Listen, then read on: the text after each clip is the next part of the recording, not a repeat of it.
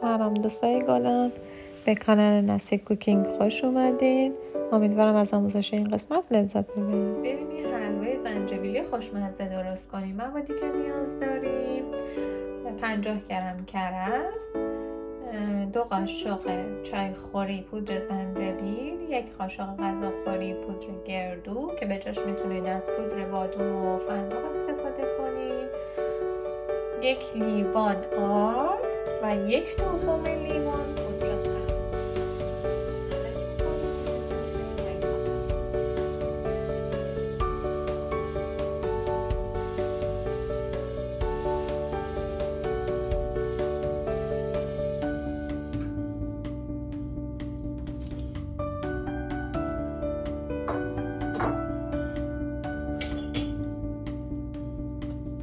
باشعله ملایم آردمون رو تفت میدیم تا جایی که بوی خامی آرد گرفته بشه و رنگش هم عوض نشه. خب بسته به نوع آرد ما نمیتونیم زمان بدیم، خودتون باید تشخیص بدیم که چه موقع خامی آرد گرفته شد. حالا میرسیم توی به این صورت. خیلی مهمه که آب وقتی که داغه، یعنی که اول که خامش گرفته شد 2 مرتبه علک شه با علک دوباره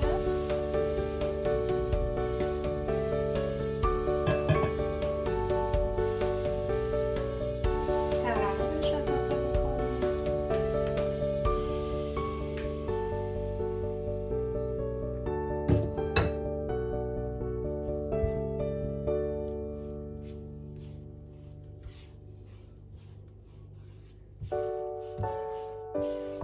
حسابی کرده رو با آرد قاطی میکنیم.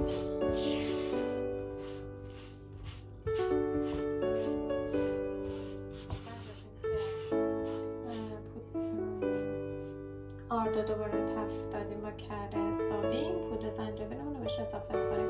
مقدار پودر زنجبیل دست خودتون هست، مثلا چون یکم تنده حالت اسپایسی داره دیگه دست خودتون میشینه دیگه مقدارش رو زیاد کم کنیم. دوباره این هم یه تفت میدیم با پودر زنجبیل.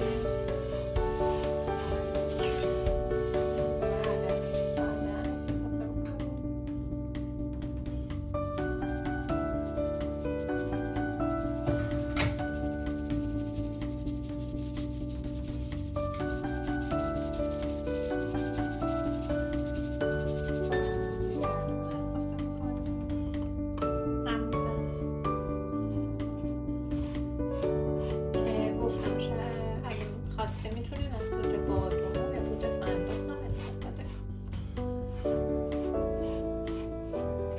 یکم که حلوا خوریش از تابه در اومد، حالا میام میریزیم توی قالبای سیلیکونی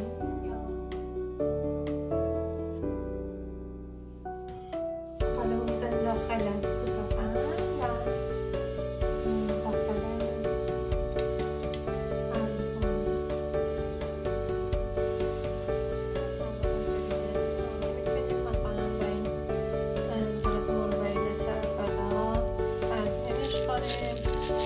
با خلال بادام، خلال پسته، چیزی که دارید میتونید تزیینش کنید.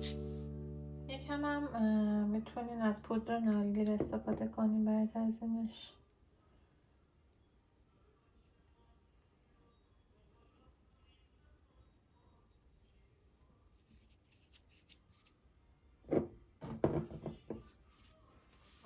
یادتون نره دکمه سابسکرایب هم بزنین. تا ویدیوی بعد، خدا نگهدار.